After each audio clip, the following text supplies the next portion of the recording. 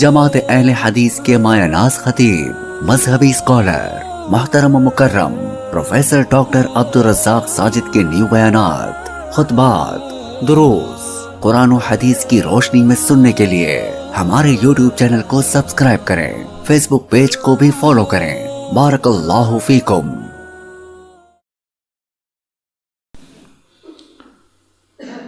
ان الحمد للہ نحمده ونستعینه ونستغفره ونعوذ باللہ من شرور انفسنا ومن سیئات اعمالنا من يهده الله فلا مضل له ومن يضلل فلا هادي له واشهد ان لا اله الا الله وحده لا شريك له واشهد ان محمدا عبده ورسوله صلى الله عليه وسلم اما بعد فان خير الحديث كتاب الله وخير الهدي هدي محمد صلى الله عليه وسلم وشر الأمور محدثاتها وكل محدثة بدعة وكل بدعة ضلالة وكل ضلالة في النار أعوذ بالله السميع العليم من الشيطان الرجيم رب اشرح لي صدري ويسر لي أمري واحلل عقدة من لساني يفقهوا قولي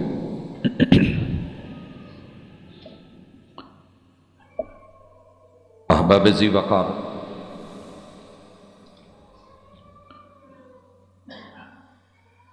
اللہ رب العزت نے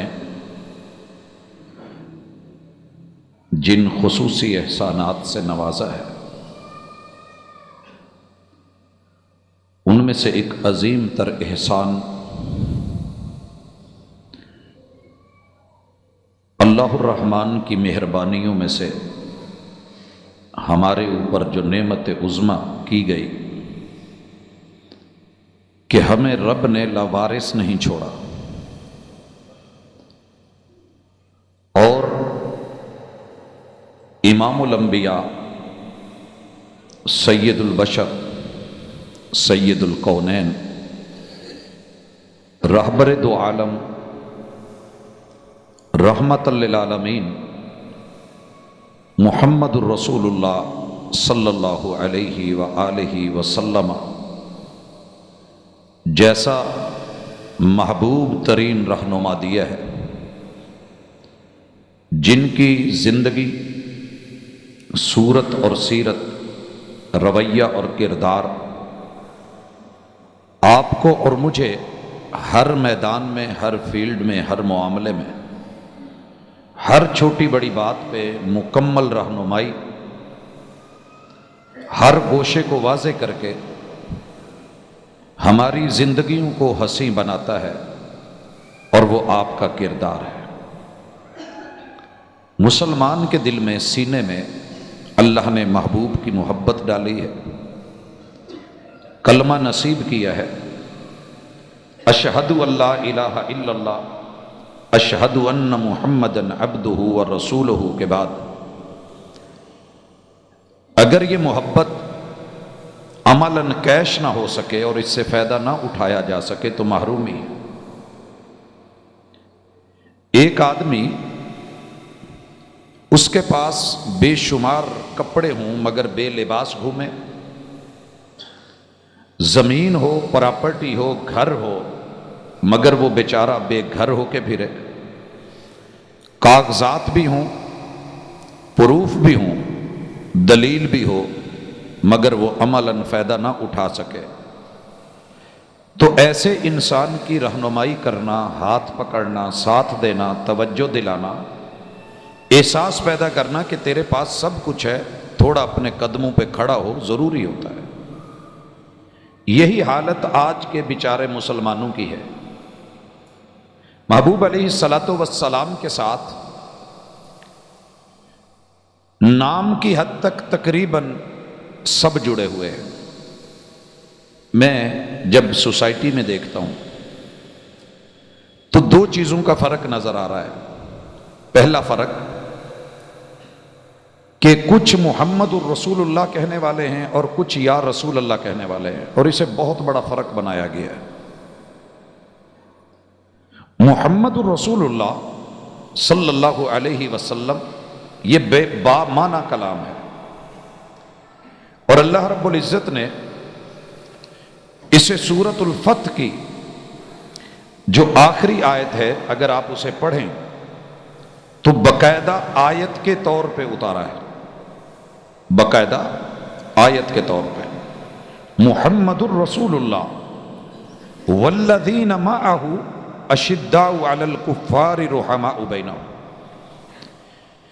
یہ اور یا رسول اللہ کی جو تقسیم پیدا کر کے ہم نے یا ہمارے مخالفین نے ہمارے ساتھ لاشعوری طور پہ گیم کی ہے، اس کا خمیازہ پوری امت بھگت رہی ہے۔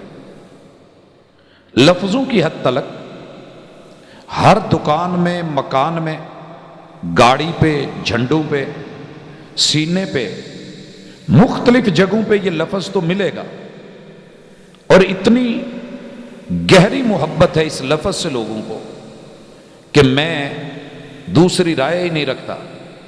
پہلی رائے یہ ہے اور آخری رائے یہ ہے کہ لوگوں کو اس لفظ سے پیار ہے، مگر یا رسول اللہ کہہ کے ادھوری گفتگو، ادھورا کلام، ایک آواز کی شکل اور مدعا اور مقصد سے ادھورا یہ جملہ، اسے سلوگن نہیں بننا چاہیے تھا۔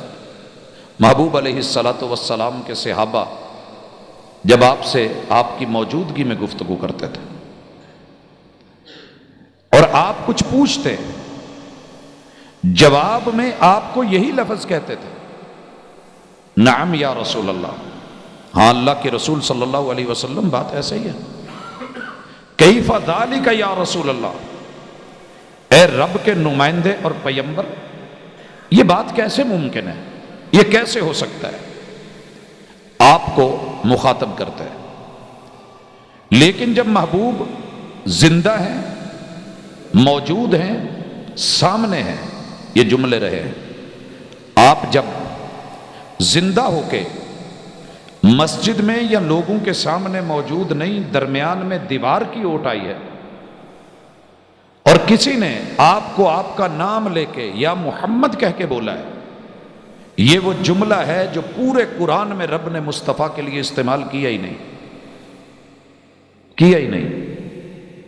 میرے رب نے فوراً، بلکہ فوراً سے بھی پہلے سورۃ الحجرات آیات اتار کے لوگوں کو بڑے خاص انداز میں سرزنش کر کے اس بات کی وضاحت کر دی کہ ان الذین یغضون اصواتہم عند رسول اللہ، لوگوں سنیے، نبی کے سامنے آواز کو پست رکھنا ہے، بلند نہیں، ادب ہے۔ ہم اس کی تفصیل آج انشاءاللہ لیں گے۔ اپنے آپ کو محبوب سے آگے نہیں بڑھانا ان کا ادب ہے، اور انہیں آواز دے کر کے بلانا، ان الذین ینادونک من وراء الحجرات اکثرہم لا یعقلون، جو نبی کو نبی کا نام لے کے یا محمد کہہ کے آواز دیتے ہیں، یہ بے عقل لوگ ہیں، بے عقل لوگ ہیں۔ پتہ ہے کون آئے تھے؟ یہ رسول اللہ علیہ وسلم کا کلمہ پڑھنے آئے تھے، سینے میں ایمان لے کے آئے تھے، موجزن جذبے لے کے آئے تھے، ایک تڑپ، ایک درد لے کے آئے تھے، اور فکر پتہ ہے کیا تھی؟ مسجد میں آئے تو محبوب نہیں ملے، لوگوں نے بتایا کہ گھر ہے، تو انہیں اتنی فکر تھی اور لگن اور تڑپ تھی، ذوق اتنا تھا اور فکر اور ڈر اتنا تھا کہ کہیں آپ کو ملے بغیر، کلمہ پڑھے بغیر موت نہ آ جائے، اس قدر ایک درد لے کے۔ تو محبوب علیہ السلام کے حجرے کی طرف دروازے، صرف دروازے کی اوٹ ہے، درمیان میں پردہ لٹکا ہوا ہے، اور کہنے لگے اخرج الینا یا محمد، محبوب جلدی کیجئے، باہر آئیے، ہم سینے لگنا چاہتے ہیں، بیعت کرنا چاہتے ہیں، دیدار کرنا چاہتے ہیں، ملاقات کے متمنی ہیں، آسمان سے رب نے قرآن اتار کے جو جملے کہہ دیے، دنیا کے کسی بھی مکتبے فکر کا چھپا ہوا قرآن اٹھا کے پڑھیے گا، یہ سورۃ الحجرات، ان الذین ینادونک من وراء الحجرات اکثرهم لا یعقلون، عقل کہاں چلی گئی تھی؟ حضرات، میں کبھی بھی زندگی میں اپنے باپ کو نام لے کے، میرے والد صاحب کا نام عبدالحق ہے، میں جس مرضی رتبے کو مقام کو پہنچ جاؤں اور جتنا مرضی اونچا ہو جاؤں، والد صاحب سامنے بیٹھ کے خطبہ سن رہے ہوں، میں یہاں بیٹھ کے بھی انہیں یہ نہیں کہہ سکتا اے عبدالحق۔ میں اپنے باس کو، اپنے بڑے کو اس کا نام لے کے یہ نہیں کہہ سکتا۔ وصف سے رب نے بیان کیا ہے یا ایھا النبی، لیکن جب بائی نیم اللہ نے یا نوح بولا ہے یا آدم بولا ہے، ہر نبی کو رب نے آواز دے کے استعمال کیا۔ محمد الرسول صلی اللہ علیہ وسلم کا جو ادب دیا ہے، یہ ادب آپ میں اور میرے اندر ہونا چاہیے تھا، لیکن ہم نے اسی لفظ کو پکڑ کے ایک اپنا سلوگن بنا کے لفظ کو تو پیٹا ہے، لیکن میرے نبی یا رسول اللہ کی جو تہذیب تھی، جو تمدن تھا، جو کلچر تھا، جو عزت اور احترام تھا، جو وقار تھا، اور آمد مصطفیٰ مرحبا مرحبا لبیک یا رسول اللہ کی جو حاضری تھی، لفظوں تک رہ گئی، عمل میں ہم اور آپ کورے ہو گئے۔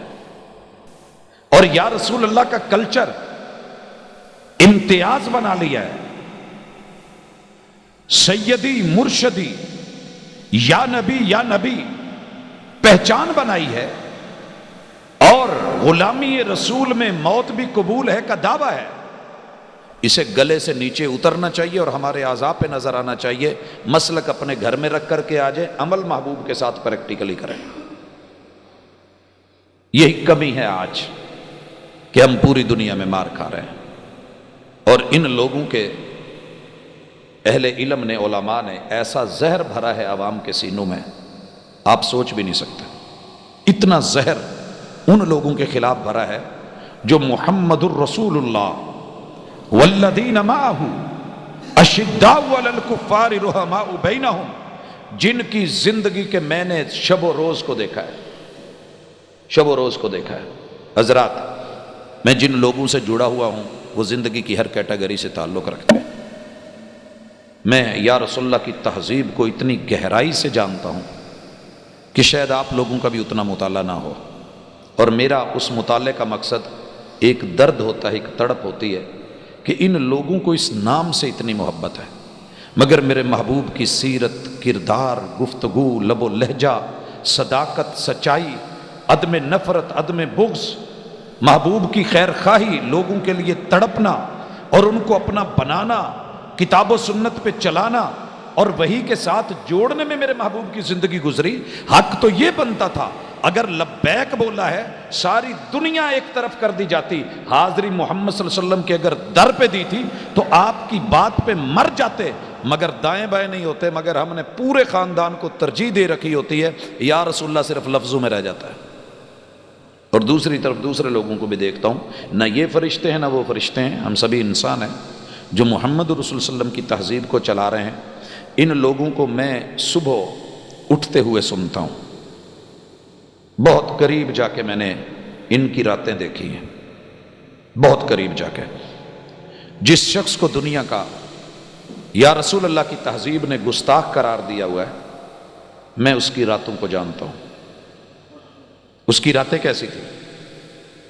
میں اس صوبے میں بھی دوسرے صوبوں میں بھی، ان بلاد میں بسنے والے اور دیگر ممالک میں رہنے والے لوگوں کی تہذیب کے ساتھ بات کر رہا ہوں۔ آپ یقین کریں، سوتے ہوئے دائیں کروٹ لے کے ان کے بڑے چھوٹے کوشش یہ ہوتی ہے یہ ہاتھ یہاں پہ رکھا ہوا ہو، یہ اپنی طرف سے نہیں رکھتے، اس لیے کہ محمد الرسول اللہ کی سونے کی تہذیب یہ تھی کہ دائیں کروٹ، دایاں ہاتھ دائیں گال کے نیچے، اور یہ کان جو ہے اس طرح نکلا ہوا ہو۔ یوں میرے محبوب نے سو کر کے دنیا سے منفرد تہذیب دی۔ کوئی سیدھا سو رہا ہے، کوئی الٹا لیٹ رہا ہے۔ یہ لوگ، ان کے علماء بھی اور عوام کی بھی کوشش ہوتی ہے کہ پہلی مرتبہ سوتے ہوئے دائیں کروٹ لیٹیں، کیونکہ آپ کا انداز تھا۔ جن کے خلاف زہر بھرا گیا ہے. جس نے یہ زہر بھرا ہے میرا اللہ اسے بس معاف کر دے، میری دعا ہے. میں کوئی نفرت کا جملہ نہیں بولتا، اللہ اس کا من صاف کر دے، ذہن صاف کر دے. لیکن یہ زہر اب شاید اتنا بھرا گیا ہے کہ لوگوں سے اس کو صاف کرنا مشکل ہو رہا ہے. اس قدر دشمنی. یہ شخص جب اس کی آنکھ کھلتی ہے، آنکھ کھلتی ہے، کلمہ اسے بھی آتا ہے لیکن یہ لا الہ الا اللہ نہیں پڑھتا اٹھتے ہوئے. یہ اٹھتے ہوئے لا الہ الا اللہ نہیں پڑھتا، کیونکہ جس کا کلمہ پڑھا ہے اس پیغمبر نے صبح آنکھ کھولتے ہوئے کبھی بھی لا الہ الا اللہ محمد الرسول اللہ نہیں پڑھا. انہوں نے کیا پڑھا ہے؟ الحمدللہ الذی احیانا بعدما اماتنا والیہ النشور. جیسے سوتے ہوئے یوں کروٹ لے کے پڑھا اللہم بسمک اموت و احیا. میری ایک عادت ہے کہ میں کسی بھی ٹاپک کے اوپر مختلف لوگوں کو چیک کرتا ہوں، ٹیسٹر لگاتا ہوں، اور بالکل ان کی لاشعوری میں، غیر محسوس انداز میں، کہ اگلے کو فیل بھی نہ ہو، پتہ بھی نہ چلے. مجھے اپنا ایک رزلٹ نکالنا ہے. میں نے راتیں سو کر کے دیکھی ان ہستیوں کو جاگتے اور سوتے محبوب کے انداز پہ دیکھا. حضرات ایک دن کی بات نہیں، محبوب علیہ الصلوۃ والسلام نے اکثر جوتا بیٹھ کے پہنا ہے. یہ آپ کی عادت تھی کیونکہ تسموں والا تھا، اور اس کی گرہیں آ کر کے نیچے جو آپ کو نالین آج کل نظر آتے ہیں، حاشا بک اللہ میرے محبوب نبی کے اتنے مقدس اور خوبصورت پاؤں. یہ صرف کسی نے ایک آئیڈیا بنایا اس کو لے کر کے. ایسے تو بھٹے کے اوپر اینٹیں ڈالنے والے جو ہیں ان کے نیچے پاؤں کے میرے محبوب کے بڑے خوبصورت اور نفیس پاؤں تھے. کبھی شمائل پڑھیے. اور آپ کے پاؤں میں یہ جو تسموں والے جوتے تھے، ماکد الشراقین، اس ابری ہوئی ہڈی پہ جب آ کے بندھتے تھے تو جو حسن پیش کرتے تھے وہ وہی جانتا ہے جس نے دیکھا ہے یا جس نے پڑھا ہے. یہ بیٹھ کے باندھنے پڑتے تھے. محبوب علیہ الصلوۃ والسلام بیٹھ کے جوتا پاؤں میں لیتے تھے. میں اپنے اساتذہ کو بہت قریب سے جب دیکھا، میں اس وقت بات کر رہا ہوں، کچھ وہ لوگ ہیں جن کے پاس میں نے کلاس میں پڑھا ہے، کچھ وہ لوگ ہیں جنہیں شاید خود پتہ نہیں تھا لیکن میں ان سے سیکھ رہا تھا اور ان کا عمل دیکھ رہا تھا. مولانا عبد المنان نور پوری رحمۃ اللہ علیہ، اللہ ان کو کروٹ کروٹ جنت نصیب کرے. کراچی ہے، صحیح البخاری کی تقریب ہے. مجھے ہوٹل کا کہا گیا، میں نے کہا نہیں، جہاں شیخ ٹھہرے ہیں مجھے ان کے ساتھ ٹھہرائیے. اجازت لی، ٹھہرے. ان کے جوتوں کے تسمے نہیں تھے مگر انہوں نے پھر بھی جوتے بیٹھ کے ہی پہنے. بیٹھ کے پہنے. کیوں؟ محمد الرسول اللہ، محمد صلی اللہ علیہ وسلم رب کے بھیجے ہوئے پیغمبر ہے. وما آتاکم الرسول فخذوہ وما نہاکم عنہ فانتہوا. جو دیتے ہیں وہ لینا ہوگا. محبوب نے جوتا بیٹھ کے پہنا. میں نے پوچھ لیا، کہنے لگے مجھے رسول اللہ صلی اللہ علیہ وسلم کی سیرت میں یہ انداز ملا ہے، میں نے ایسے کیا ہے. اور پتہ ہے آپ کے ساتھی کیا کرتے تھے؟ سیدنا عبداللہ ابن عمر رضی اللہ تعالیٰ عنہ والذین معہ، آپ کے اصحاب کی حالت کیا تھی یہ پڑھیے گا ان کی زندگی میں. سیدنا نافع ساتھ ہیں، ایک سفر میں ایک جگہ انہوں نے اونٹنی بٹھائی ہے. اونٹنی روک کے بٹھا کے تھوڑا فاصلے پہ گئے ہیں، ایک جگہ پہ یوں بیٹھ گئے ہیں جیسے انسان قضائے حاجت کے لیے بیٹھتا ہے، اور کچھ دیر کے بعد اٹھ کے آ گئے ہیں. شاگرد پوچھتے ہیں استاد جی سفر میں تھے اور سفر میں بریک لگانا مشکل ہوتی ہے، آپ نے جانور روکا ہے، سواری بٹھائی ہے، نیچے اترے ہیں، اونٹ پہ چڑھنا کتنا مشکل ہے وہی لوگ جانتے ہیں جو اس پہ چڑھتے ہیں. پھر آپ کچھ فاصلے پہ گئے، اس ہیئت میں بیٹھے ہیں جیسے قضائے حاجت کی ضرورت ہو، اور آپ نے قضائے حاجت کی بھی نہیں. کہنے لگے کہ ہاں تو نے صحیح کہا ہے، میں اپنی جس ہستی کو اپنا آئیڈیل مانتا ہوں محمد الرسول اللہ، وہ یہاں سے ایک دفعہ گزرے تھے، یہی مقام تھا، قضائے حاجت کے لیے بیٹھے تھے. میرے محبت نے، عقیدت نے، عقیدے اور ایمان نے یہ گوارا نہیں کیا کہ میں یہاں سے نکلوں. مجھے آپ کی وہ ادا کے مطابق بننا اچھا لگا. اللہ تعالیٰ دیکھ رہا ہے. لوگوں، یہ لوگ واش روم میں جاتے ہوئے میں نے ان کو بہت قریب سے دیکھا، زبانیں ہل رہی ہیں اور میری نظر ان کے قدموں پہ ہے، کیا کرتے ہیں؟ کیونکہ واش روم جاتے ہوئے میں نے بڑے قریب سے دونوں طرف سے تقابل کر کے دیکھا ہے، یا رسول اللہ کہنے والوں کو اور محمد رسول اللہ کہنے والوں کو زبان پہ کچھ گنگناہٹ ہے، اور وہ جملے ہیں بسم اللہ اللہم انی اعوذ بکا من الخبث والخبائث، اور اندر کی طرف جو پاؤں رکھا ہے وہ بایاں۔ یہ اہتمام آپ چیک کریں دائیں بائیں، میرے اوپر مت چھوڑیں، آپ خود سروے کریں۔ لوگوں یہ کیا چیز ہے؟ ہیں اس طرف بھی، لیکن اوورآل کثرت کے ساتھ ایک دوسرے کے خلاف نفرت بھر کے، زہر بھر کے یہ ثابت کرنا کہ یہ لوگ یا رسول اللہ کے دشمن ہیں اور گستاخ ہیں۔ میں نے ان کی صبحیں دیکھی، میں نے ان کی دوپہریں دیکھی، ظہر عصر مغرب عشائیں دیکھی، میں نے ان کے لیل و نہار اور شب و روز دیکھے۔ یہ لوگ تو اتنے آپ سے جڑے ہوئے تھے کہ سارا دن یا قال اللہ و قال الرسول، یہ حدیث پڑھی جا رہی ہے یا پڑھائی جا رہی ہے، یا معنی بتایا جا رہا ہے یا مفہوم بتایا جا رہا ہے، یا عمل کا انداز سکھایا جا رہا ہے، یا اصحاب رسول صلی اللہ علیہ وسلم کی محبتیں پیش کی جا رہی ہیں، یا اطاعت اور اتباع کا درس دیا جا رہا ہے، عمل اور پریکٹیکل سے اس کو ثابت کیا جا رہا ہے۔ حضرات ابھی بھی اگر کوئی یہی نفرت پیدا کر کے میرے محبوب کے نام کے اوپر اپنوں کو لڑا کے جنت دلانا چاہ رہا ہے تو اللہ کے لیے باہر آیا ہے، ٹھنڈے دل سے سوچیں۔ آپ اور میں گلیوں میں کلمہ پڑھنے کے باوجود بھی ایک دوسرے کے کتنے بڑے دشمن ہیں، کبھی ایونٹس پہ دیکھا کریں۔ اور یہ بھرا کس نے؟ ممبر و محراب نے۔ اگر میرے اس ممبر نے، اس مسجد کے ممبر نے، یہ امانت ہے محمد الرسول صلی اللہ علیہ وسلم کی، یہ وراثت ہے ان کی، یہ 2 فٹ میں اونچا نہیں ہوں، اگر یہ تھوڑا اتنا اونچا ہو گیا ہوں اور بات گری ہوئی کروں جو میرے محبوب نے نہیں کی، تو مجھے اپنے انجام کا پتہ ہے کہ میرا انجام کیا ہے۔ بھلے ساری دنیا میرا ساتھ دے، جتنے مرضی بڑے القاب لکھ دے، نام اور شہرت بھلے پوری دنیا میں چلی جائے، میں ٹکے کا آدمی نہیں ہوں۔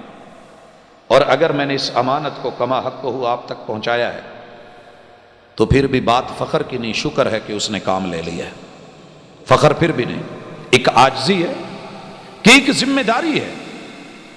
میں ماں باپ کی خدمت کر کے فخر کروں، یہ فخر کی بات نہیں ہے، شکر کی بات ہے کہ اس ذات نے موقع دیا ہے۔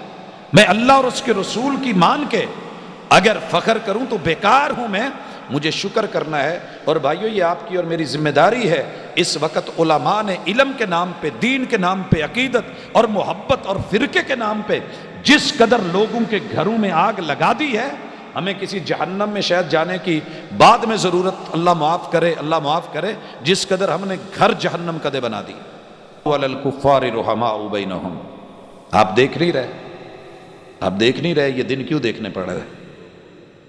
ہندو اپنے ہندوؤں کا ساتھ دے کے بابری مسجد کی جگہ پہ مندر کو تعمیر کرنے کا فیصلہ دیتا ہے۔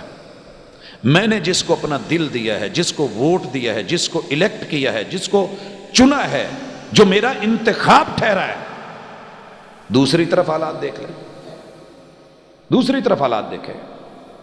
مسجدوں کے ساتھ جس طرح کا امتیازی سلوک اور غیر مسلموں کی عبادت گاہوں کے لیے جس قدر درد اور تڑپ ہے، اور پھر کہتے ہیں کہ سوال بھی نہ اٹھے، سوال بھی نہ اٹھے، انسان اپنے درد کا اظہار بھی نہ کرے۔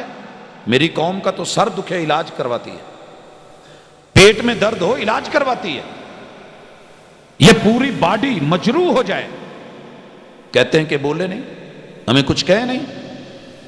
قوم نظر بھی رکھتی ہے، ابھی اتنی پاگل نہیں ہوئی، آنکھیں ہیں، لیکن پتہ نتیجہ کیا ہے؟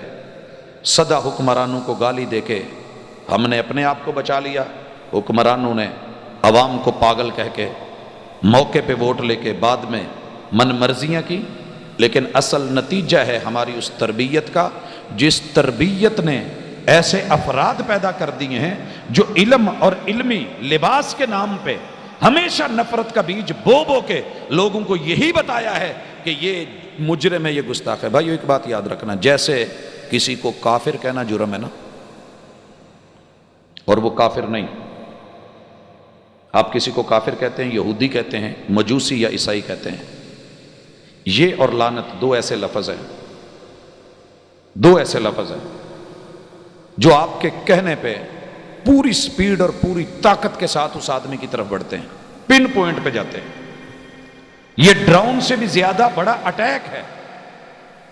لعنت اور پھٹکار وہ ہاتھ کے ساتھ ہو، وہ زبان کے ساتھ ہو. کسی کو اپنے آپ سے ہٹانا، پھٹکارا اور اس کو دھتکارا، لعین قرار دیا، لفظ فوری نکلے گا. بیسیکلی یہ پنجہ ہے، جب آپ کسی کو دفع کرتے ہیں پورے زور سے، پاور سے آپ پیچھے ہٹا دیتے ہیں، اور یہی لعنت ہے. اور دوسرا کسی کو یہودی یا کافر، یہ لفظ اللہ رب العزت اس شخص کی طرف جب روانہ ہوتے ہیں جا کر کے چیک کیا جاتا ہے، اگر وہ آدمی اس مرض میں مبتلا ہو، وہ واقعی لعین ہے، لعنت کا مستحق ہے. تو اس لعنت کے ساتھ فرشتوں کی بھی لعنت مل جاتی ہے، انبیاء کی بھی مل جاتی ہے، رب اور رسول کی بھی مل جاتی ہے، والناس اجمعین، اور سارے انسانوں نے جنہوں نے لعنت نہیں بھی کی، وہ پھٹکار بھی اس کے چہرے پہ اور وجود پہ اور کام پہ، عمل پہ پڑتی ہے. اور اگر وہ اس کا مستحق نہیں ہے تو یہ لعنت اسی پاور سے بھیجنے والے کے چہرے پہ آتی ہے، اسی کے چہرے پہ آتی ہے. اب ایک شخص میرے محبوب کا گستاخ نہیں ہے، وہ محبتوں میں ڈوبا ہوا، عقیدتوں میں ڈوبا ہوا عمل کرتا ہے، وہ بڑے بڑے دعوے نہیں کرتا، اس نے کوئی جھنڈا یا ڈنڈا نہیں لٹکایا ہوا، اور اس نے کوئی اپنا امتیازی سلوگن یا نشان یا پہچان تو نہیں بنائی. عاجزی کے ساتھ مٹ کر کے، چھپ کر کے، بغیر ریا کے، بغیر دکھاوے کے، بغیر نمود کے، بغیر نمائش کے، بغیر کوئی ایونٹ مقرر کیے، کوئی اپنی طرف سے اضافے کیے بغیر، وہ دن رات اللہ اور اس کے رسول کی اطاعت اور رضا میں گزار دیتا ہے. آپ کے سامنے شو نہیں ہوتا. ایک آدمی جمعرات کے دن سپیکر کھول کے چندہ مانگ کے، باوجود کہ پابندی ہو اور اس کو سہولت دی ہوئی ہے علاقے کی انتظامیہ نے، چلے اپنا ہے نہیں پوچھتے، اور وہ ایک ایک 10-10 روپے کے اوپر لوگوں کو بڑی بڑی دعائیں دے کے، مبالغے کر کے یوں ایک سسٹم چلا رہا ہے، اور وہ پیسہ اس کی ذاتی پاکٹ میں جا رہا ہے. کتنا جا رہا ہے، کتنا مسجد کو لگتا ہے، کیا ہے، کوئی آڈٹ ہے، حساب ہے یا نہیں ہے. اور پھر ممبر پہ کھڑا ہو کے لوگوں کو ہی لوگوں کا دشمن بنا کے، رشتہ داریوں کو توڑ کے یہ سلسلہ چلاتا ہے. دنیا پوچھے نہ پوچھے، اللہ تو پوچھنے والا ہے، اللہ تو پوچھنے والا ہے. حضرات اللہ کا شکر ہے، رب کا بڑا احسان ہے. ضرورتیں ہر جگہ ہوتی ہیں، لیکن شاید آپ نے جسے لوگ میرا فرقہ کہتے ہیں، وہ فرقہ نہیں، کتاب و سنت پہ مبنی محمد رسول اللہ کی تہذیب ہے، وہاں شاید آپ کو اس طرح کی پریشانی نہیں ملی ہوگی، اس طرح کی پریشانی نہیں ملی ہوگی. آپ دیکھتے ہیں ہر جمعہ ہمارا تعاون اللہ کا شکر ہے جاتا ہے، اور بھرپور طریقے سے جاتا ہے. جتنا ہے میرا رب اس کو متعلقہ جگہ پہ پہنچاتا ہے. ہم نے کبھی کسی مسلک کو دیکھ کر کے کبھی یہاں پہ ٹائم نہیں دیا. جو بھی اللہ کا بندہ ضرورت کے تحت مستحق ہے، ہم اس تک پہنچ کے اس کا پتہ کر کے، اور کئی دفعہ اپنے ہوتے ہیں جن کو مجھے 100 دفعہ معذرت کرنی پڑتی ہے، اپنے ہوتے ہیں اور بڑی بڑی سفارشوں کے ساتھ آئے ہوتے ہیں، ہاتھ جوڑ کے پیچھے کر دیتے ہیں. یہ فرق کیوں نہیں رکھا؟ کیونکہ جو ذمہ داری ہے وہ ذمہ داری ہے. ساری زندگی سیرت، کانفرنسیں، جلسے، بڑے بڑے دعوے، اور نتیجہ یہ ہو کہ میں دوسروں کو گستاخ بنا کے پیش کر دوں. بھائیو میں بڑا حیران ہوا، رات میں ایک گروہ کے ایک بہت بڑے عالم کی گفتگو سن رہا تھا.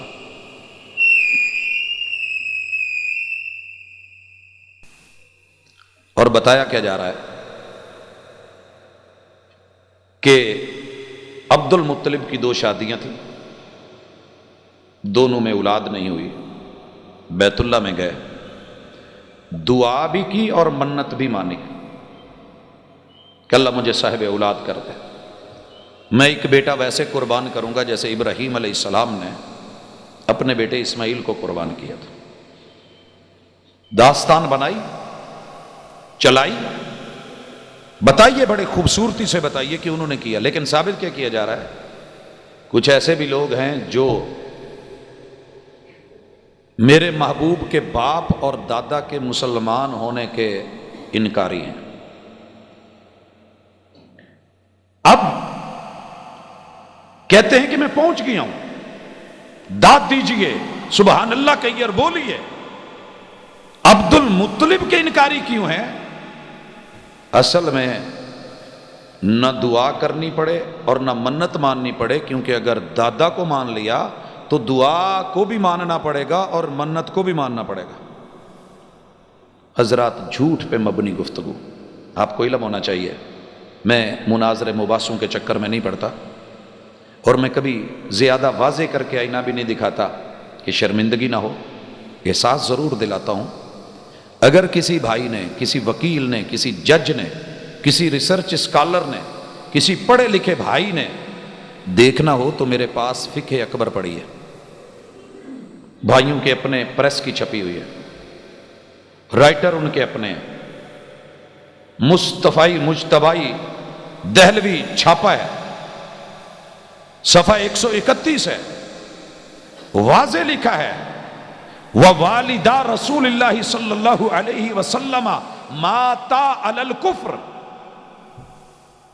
مجھے زیب نہیں دیتا یہ جملے میں بولوں، لیکن افسوس کہ یہ عقیدہ احباب کا ہے اور ان کے امام کی طرف منسوب سب سے بڑی کتاب فقہ اکبر کا ہے، اور موٹا کر کے لکھا ہے، نیچے لائن بھی خود لگائی ہے، ہائی لائٹ کیا گیا ہے کہ رسول اللہ صلی اللہ علیہ وسلم کے ابو اور امی دونوں کافر تھے. یہ میرے مسلک کی کسی کتاب میں عقیدے میں شامل نہیں ہے. صحیح مسلم کی حدیث ہے، رسول صلی اللہ علیہ وسلم کا اپنا فرمان ہے. پیش کیا، لوگوں نے کورٹ کچہریوں کا رخ کیا، کیس کروائے، لوگوں کو پھانسیاں لگوائیں، ان کو اگر وہاں سے بری ہوئے تو باہر نکلتے ہوئے جنت کے سبز باغ دکھا کے شہید کروایا گیا، مروا دیا گیا. لیکن کبھی کسی نے یہ نہیں سوچا کہ اپنی منجی پیڑھی کے نیچے سوٹا مار کے تو دیکھیں، یہ تو اپنے عقیدے کی بیسک کتاب میں اور امام صاحب کی طرف منسوب کتاب میں لکھا ہے. بات اتنی ختم نہیں، جو آگے جملے ہیں وہ بڑے خطرناک ہیں. کہا کچھ جاہل حنفی یہ سمجھتے ہیں کہ وہ پہلے کافر تھے، پھر ان کو زندہ کیا گیا، پھر ان کو مسلمان کیا گیا. جھوٹ پہ مبنی بات ہے اپنی کتابوں میں.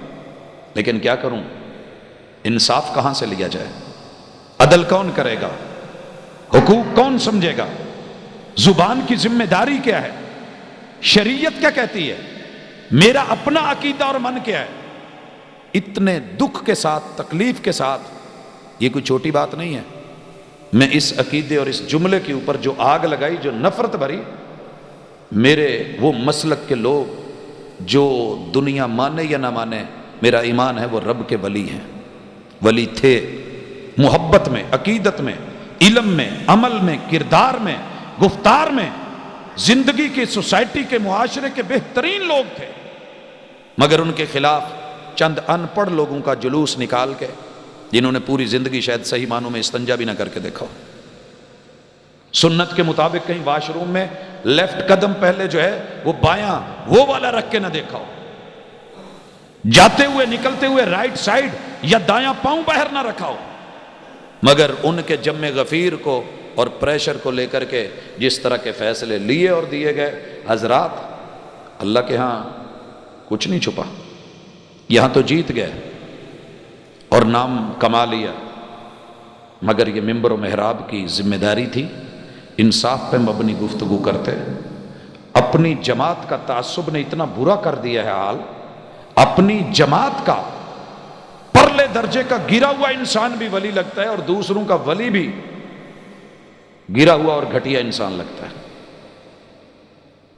کب عدل کریں گے، کب سیرت کو سمجھیں گے؟ میرے محبوب نے تو دشمنوں کے ساتھ وہ رویہ نہیں اپنایا تھا جو ہم نے اپنوں کے ساتھ کر دیا. لہٰذا گزارش ہے، سورۃ الحجرات پڑھیے.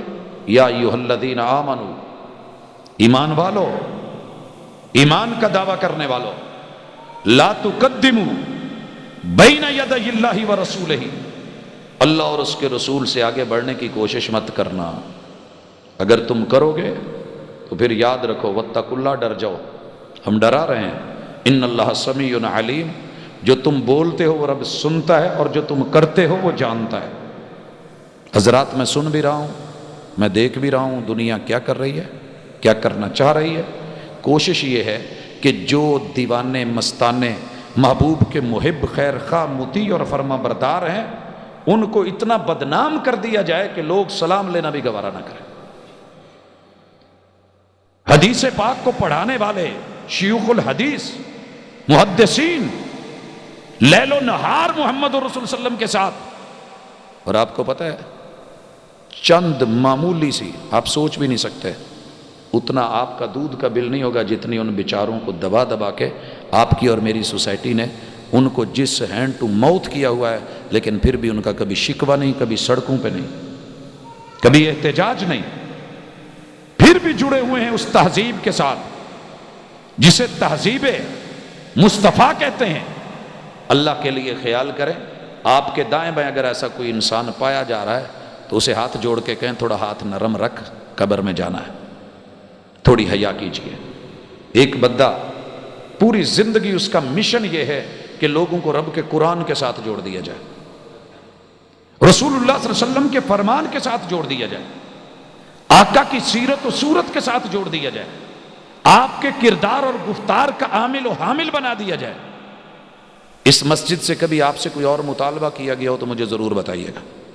اور اگر یہ مطالبہ نہیں کیا گیا اور صرف اتنا ہی مطالبہ ہے کہ میرے نہیں، یا میں نے کبھی یہ کہا ہو کہ جناب پرسنل آپ یہ ہو جائیں، ایسے ہو جائیں، ہم نے یہ کر دینا ہے، یا دوسرے کے گھر جا کے اس کی مسجد ایسے ایک گروپ یا گروہ بنا کے اوروں کو نقصان پہنچا کے ہی میں مسلمان بنتا ہوں. ہمارا تو درس لا ضرر ولا ضرار ہے. نہ دکھ دو نہ دکھ لو، نہ نقصان کرو نہ نقصان اٹھاؤ، نہ گالی دو نہ گالی لو، نہ پریشان کرو نہ پریشان ہوئیے. اور یہ جملے بھی میرے نہیں، یہ مصطفیٰ علیہ الصلوۃ والسلام کا صحیح فرمان ہے. حق پہنچائیے، شرک کو شرک کہیے، شرک کو شرک کہیے. کیا بیمار کو بیمار نہیں کہا جاتا؟ ڈاکٹر جب لکھتا ہے آپ بالکل ٹھیک ٹھاک ہوتے ہیں، اپنا بلڈ دے کے آتے ہیں، دیکھنے میں ویرائٹی ہوتا ہے. لیبارٹری میں پیتھالوجسٹ جب سائن کر کے بھیجتا ہے کہ جناب آپ کو اللہ نہ کرے وہ بیماری لگ گئی ہے جو زنا کے نتیجے میں ہوتی ہے، اسے ایڈ بولتے ہیں، تو آپ ڈاکٹر کو گالی دینا شروع کر دیں گے. اس نے تو کچھ اور نہیں کیا، صرف آپ کے خون کو دیکھا ہے.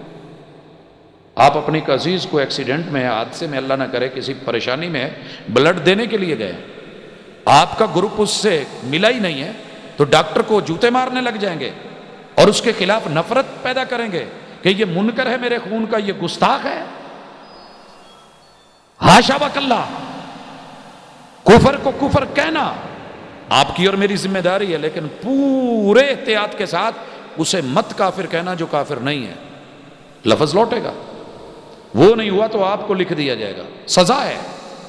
سوچ سمجھ کے بتائیے لوگوں کو ضرور کہ یہ کام کفر کے ہیں، بتائیے کہ یہ عادتیں یہودیوں کی ہیں، کہیے کہ یہ خصلتیں نصارہ کی ہیں، بتائیے کہ یہ انداز مجوسیوں کے ہے، بولیے کہ یہ کام بدعتی کا ہے، اور بولیے کہیے یہ تو کسی نے نہیں، میرے محبوب نے کہا ہے من احدث فی امرنا ھذا ما لیس منہ فہو رد، جو یہ کام کرتا ہے وہ پرلے درجے کا مردود ہے. یہ میرے دائرہ کار میں بھی نہیں ہے، یہ میرے فتوے کی حدود میں نہیں آتا. پرسنل زندگی ایک انسان، آپ کہیے کہ جس نے یہ کیا ہے، ہمارے جب کہتے تھے کہ جنہ کھادیاں گاجرہ انہاں دے ٹھڈ پیڑ، اگر کوئی گاجر کھا رہا تو کہے اس نے میرے ساتھ زیادتی کی ہے، میرے پہ جملہ بولا ہے. نہیں، ایسی بات نہیں ہے. رسول صلی اللہ علیہ وسلم نے اوورال دین دیا ہے، قاعدہ دیا ہے، اس سے آگے بڑھ کے کسی کو اذیت دینا، تکلیف دینا، گالی دینا، اسے رسول صلی اللہ علیہ وسلم کا مخالف قرار دینا اور اس کو مجرم بولنا، یہ آپ کی وہ زیادتی ہے جو دنیا میں بھی معاف نہیں ہونے والی اور قبر نشر حشر میں بھی معاف نہیں ہونے والی. اللہ کے لیے اس حوالے سے ذرا رکیے، اپنے آپ کو کنٹرول کیجئے، اور رسول اللہ صلی اللہ علیہ وسلم نے جو دیا ہے اس سے آگے بڑھنے کی مت کوشش کیجئے. ہاں، آپ نے کافر کو کافر کہا ہے، لکم دینکم ولی دین. قل یا ایھا الکافرون، اور رب نے کہلوایا ہے. یہ کسی تکفیری کا فیصلہ نہیں تھا، مگر سوچ ہے، تھاٹ ہے، مکتبہ فکر ہے. وہ رب کا کھا کے رب کا انکار کر رہا ہے، اور یہ اللہ کا کھا کے کہتے ہیں الحمدللہ الذی اطعم وسقا وصوغہ وجعل لہ مخرجا. یہ بھی کردار ہے، وہ بھی کردار ہے. اس کردار کا نام انکار ہے، کفر ہے. اس کردار کا نام شکر ہے، مطیع ہے، فرما برداری ہے. دوسری طرف اللہ کو بھی تسلیم کیا. 60 میں 360 بھی جوڑے میرے نبی کے رشتہ دار تھے. آپ نے ان پہ یہ لفظ بولا تھا کہ یہ شرک ہے، اور اللہ کو شرک گوارا نہیں ہے. شرک گوارا نہیں ہے. لات بھی بزرگ تھا، منات بھی بزرگ تھا، عزا بھی بزرگ تھا، حبل بھی بزرگ تھا، اور سوا بھی بزرگ تھا، یغوث بھی بزرگ تھا، اور نصر بھی بزرگ تھا، ود بھی بزرگ تھا. یہ سارے بزرگ تھے، اور بزرگوں کی شکل میں یہ بت بنا کے، ڈھانچے بنا کے بیت اللہ میں لگائے گئے تھے اسٹیچو. تو رسول اللہ علیہ وسلم نے ان کے بارے میں کیا کہا کہ جو ان کی پوجا کرتا ہے وہ اللہ کا شریک ٹھہرا رہا ہے. اور کیا تلبیہ دیا؟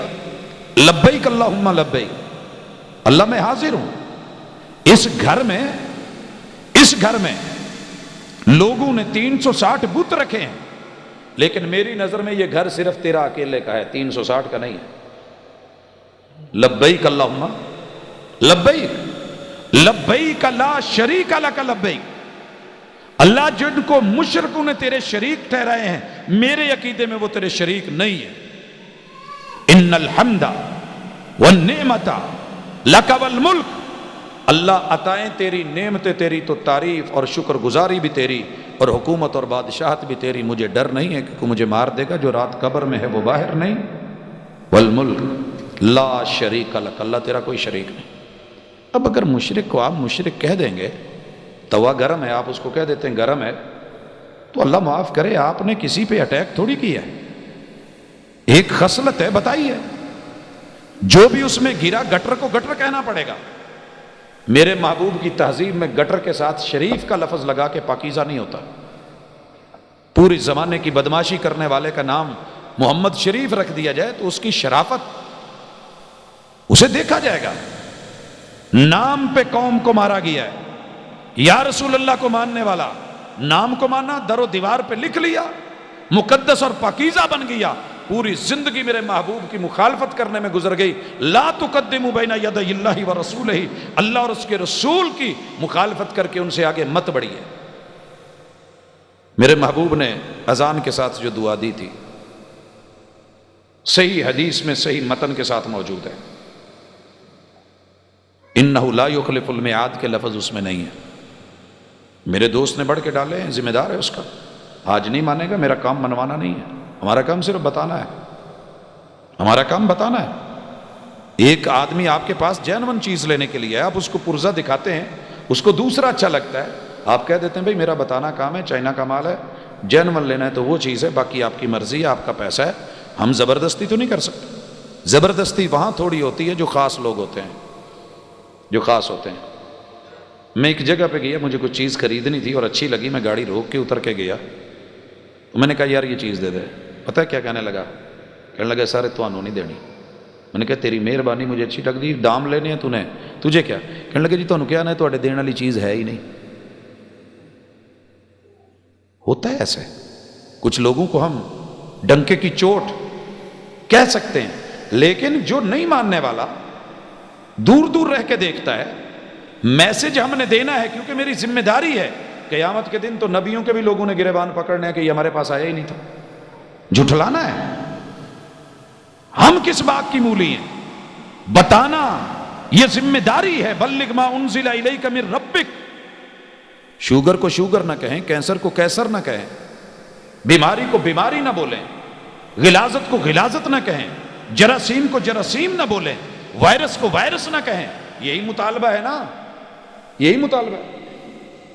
اور جب کچھ کہہ دیا جائے کہ یہ وصف ہیں، شرک یا بدعت کی بات کرتے ہو، لہٰذا ہم کہیں گے آپ منکر ہو اور آپ گستاخ ہو. منکر کس کو کہا جا رہا ہے؟ کس حوالے سے انکار کیا ہے؟ ان چیزوں کا جو اللہ کی صفتیں تھیں اور رسول صلی اللہ علیہ وسلم میں ڈال کے محبوب کو منوایا جا رہا ہے. صرف اس چیز کا کہ آپ اللہ کے نور میں سے نور نہیں، سید البشر ہیں، اس بات پہ کہ مختار کل صرف اللہ کی ذات ہے۔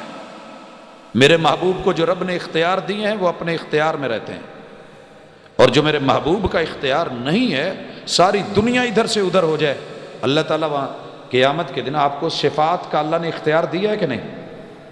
وَلَا يَشْفَعُ عِنْدَهُ إِلَّا بِإِذْنِهِ، رب کی اجازت کے ساتھ ہے، اور جب تک اللہ اجازت نہیں دیں گے محبوب رب کے عرش کے پائے کے ساتھ سجدے میں پڑے رہیں گے۔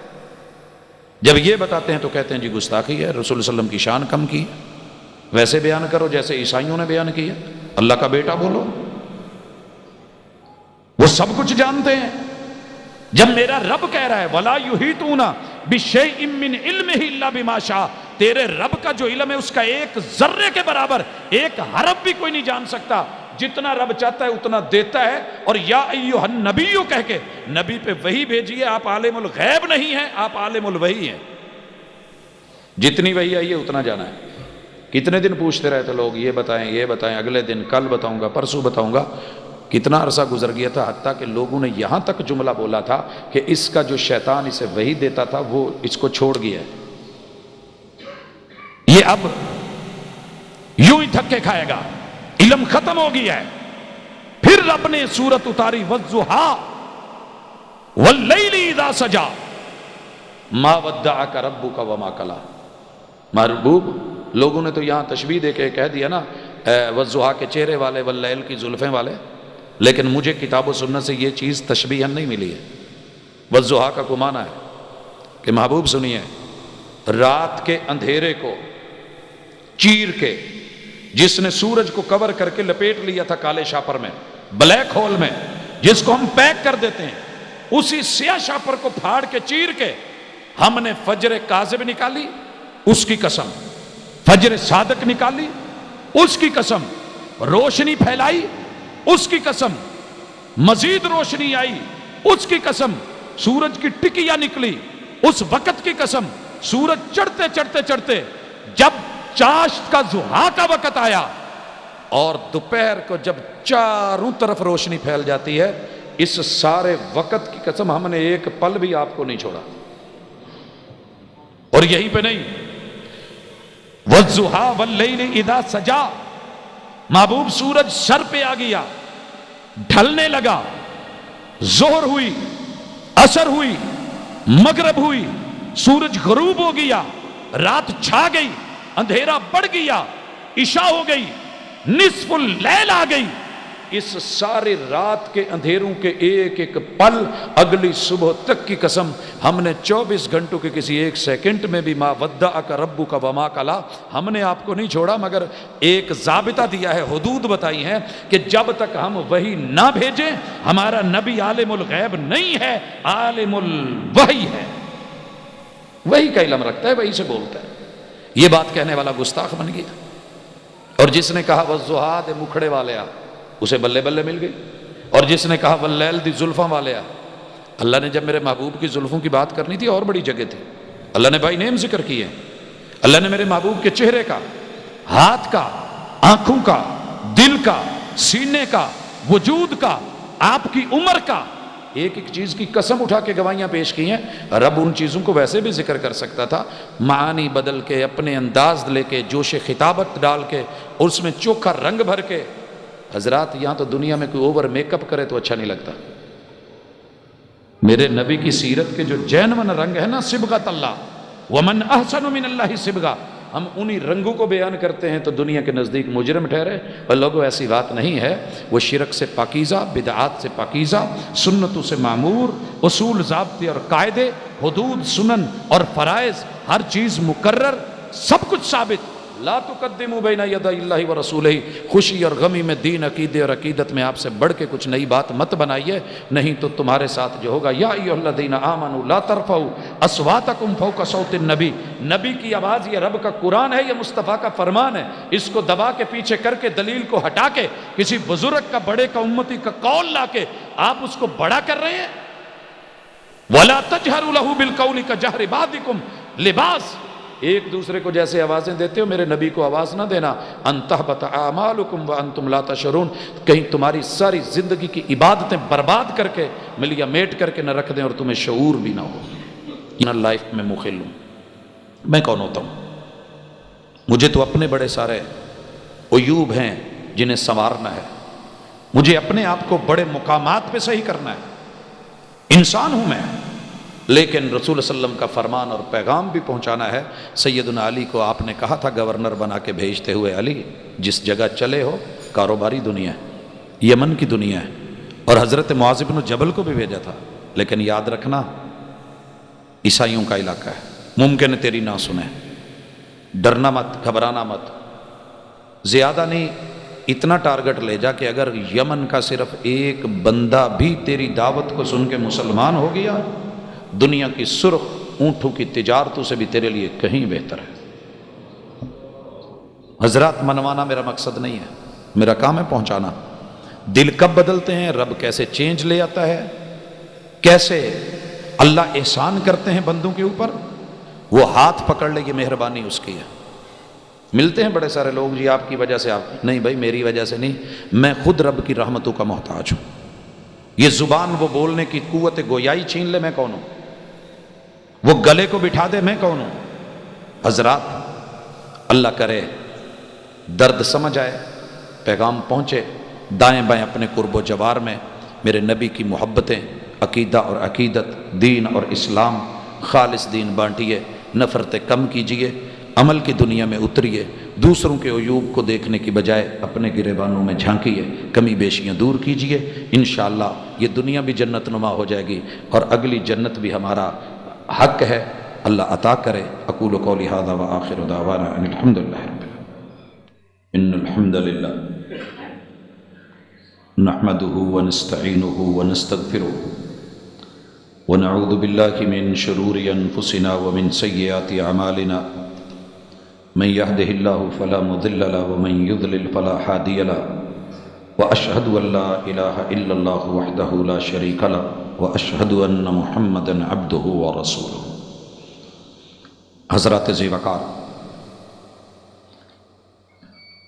رسول کریم علیہ الصلوۃ والسلام جمعے کے خطبے میں انتہائی تڑپ کے ساتھ، درد کے ساتھ، سرخ آنکھوں کے ساتھ، جوش اور جذبے کے ساتھ، کأنہ منذر جیش، اپنی امت کو یوں ڈراتے تھے کہ جیسے ابھی ان پہ چڑھائی ہوئی اور ابھی وہ ختم ہو جائیں گے اور قیامت قریب آ گئی ہے اور ابھی زمین سسٹم ختم ہونے والے ہیں۔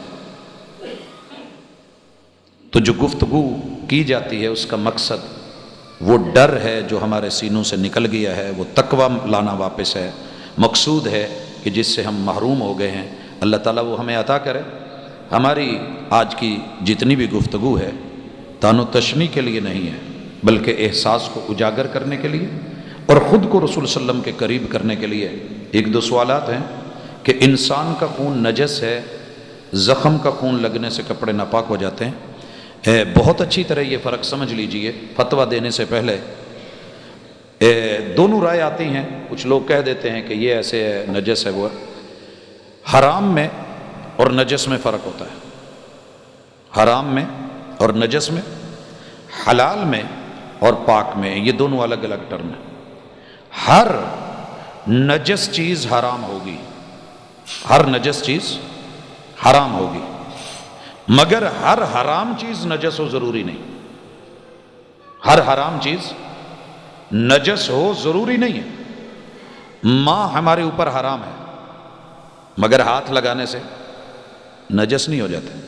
گدھا حرام ہے، آپ نے اس پہ سواری فرمائی ہے، اس کے حرام ہونے کے بعد اس کا پسینہ آپ کو لگا ہے، آپ نے اس پہ نوافل پڑھے ہیں، وتر پڑھے ہیں، تو حرام ہے مگر نجس نہیں۔ جو دم مصفوح ہے نا، بہتا ہوا خون، یہ حرام ہے۔ حرمت علیکم المیتہ والدم، یہ دم مصفوح حرام ہے مگر نجس نہیں ہے۔ کپڑوں کو لگ جائے تو انسان اس سے نجس نہیں ہوتا، لیکن نجاست میں اور نفاست میں تھوڑا فرق رکھیے۔ نفاست، اگر ہمیں سیب کے مربے کا شیرہ کپڑوں کو لگ جائے، چادر کو لگ جائے، الجھن ہوتی ہے کہ نہیں ہوتی؟ ہاتھ دھوتے ہیں نا، سالن بس اوقات سری پائے کھاتے ہوئے بالخصوص جب وہ ہاتھ چپکنے لگتے ہیں تو اس سے ہاتھ حرام نہیں ہوئے، وہ نجس نہیں ہے، ایک نفاست کا تقاضا ہے، نفاست کے لیے خون دھو لیا جائے گا، صاف کیا جائے گا، لیکن آپ اس کو کہیں کہ نجس ہے لہٰذا یہ ہو گیا وہ ہو گیا، یہ چیز نہیں ہے۔ زخم کا خون یا پیپ، ہاں اس کے اندر اگر گندگی ہے، بیماری ہے، نجاست ہے، وہ ایک اور پہلو ہے، دم مسفوح جو ہے وہ اور ہے۔ نماز میں سر پہ پگڑی ہو تو پیشانی ننگی رکھنا ضروری ہے، یہ پگڑی کے پلو سے پیشانی ڈھانپ سکتے ہیں، یہ ڈھانپنا ضروری ہے۔ یاد رہے رسول اکرم صلی اللہ علیہ وسلم جب پگڑی باندھتے تھے آپ کی جبین ننگی ہوتی تھی، اور مسح جب شروع کرتے تھے پگڑی کے ساتھ تو اس حصے سے آپ علیہ الصلوۃ والسلام اوپر شروع کرتے تھے۔ اس کے اوپر اسپیشلی مصنف ابن ابی شیبہ اور دیگر کتب احادیث میں چیپٹر اور ابواب باندھے گئے ہیں کہ رسول اللہ صلی اللہ علیہ وسلم نے جب پگڑی باندھی ہے تو مسح کیسے کیا ہے، سر کی کیفیت کیا تھی۔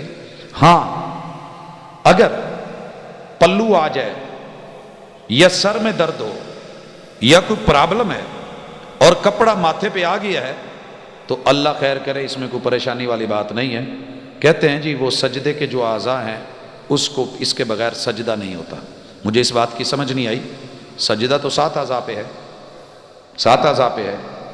آپ نے ننگے پاؤں بھی کیا ہے، جرابیں پہن کے بھی کیا ہے، موزوں کے ساتھ بھی کیا ہے، گھٹنا بھی اعضاء سجدہ میں سے ہے، چادر تہمت شلوار کے ساتھ آپ نے کیا ہے۔ ہاتھ ہیں دستانے پہن کے یا چادر میں یا کپڑے پہ آپ اس کو رکھ سکتے ہیں، تو ماتھے پہ بھی اگر اللہ نہ کرے کوئی ایسا مسئلہ ہوتا ہے اور کبھی کپڑا آ جاتا ہے، عادت نہیں بنانی چاہیے، تو انشاءاللہ العزیز اس میں کوئی حرج والی بات نہیں ہے، اس کی گنجائش موجود ہے۔ ایک بھائی نے دعا کا بولا ہے کہ ان کے والد صاحب کی طبیعت خراب ہے، ہاسپٹل میں ہے، الہ العالمین پوری عافیت اور سلامتی کے ساتھ ان کو ہر بیماری سے پاک اور صاف کر کے گھر کے اندر آنے کی توفیق عطا فرما۔ محبتوں سے ہم آمین کہتے ہیں، اللہ تو قبول فرما۔ میری بھتیجی جو زندگی موت کی کشمکش میں تھی، وینٹیلیٹر پہ تھی، ابھی جمعے میں آنے سے پہلے خبر ملی کہ الحمدللہ کچھ بہتر ہے، اللہ تعالیٰ سب کو صحت عطا فرمائے اور مکمل صحت کے ساتھ۔ کسی صاحب نے کاروبار شروع کیا ہے، دعا کیجئے اللہ پاک برکت دے، الہ العالمین رزق حلال بھی دے، برکت بھی دے اور کامیابیوں سے نواز۔ بہت مشکلیں برداشت کی ہیں، اللہ ان کا اس کو جو ہے وہ صلہ دے، اور اب جا کر کے کچھ کام جو ہے ہوا ہے تو میرا مالک ہر طرح کی پریشانیوں سے محفوظ رکھے۔ ہمارا آج کا تعاون ہمارے ایک ساتھی کے ساتھ جانے والا ہے، جس کا میں نے پہلے بھی ذکر کیا تھا۔ 1 سال پہلے اس بچے کی جو کنڈیشن تھی، اللہ معاف کرے، ہم نے دیکھی، ادھر ہی تھا، موجود تھا، تو اس نے ایک آپریشن کروایا، مگر مالی حالات نہیں ہیں دوسرے کے، تو جو اس بچے کی کنڈیشن تھی اس وجہ سے میں نے روک دیا کہ مسجد میں آپ نہ آئیں، انشاءاللہ ہمارا تعاون آپ تک پہنچے گا، تو آج کا بھرپور تعاون ہمارا ان کے ساتھ ہوگا۔ اللہ تعالیٰ قبول کرے، بیماروں کو شفا دے، اور اس دنیا سے رخصت ہونے والوں کے لیے اللہ آسانیاں فرمائے۔ سبحانک اللہم و بحمدک، اشہد ان لا الہ الا انت، استغفرک و اتوب الیک۔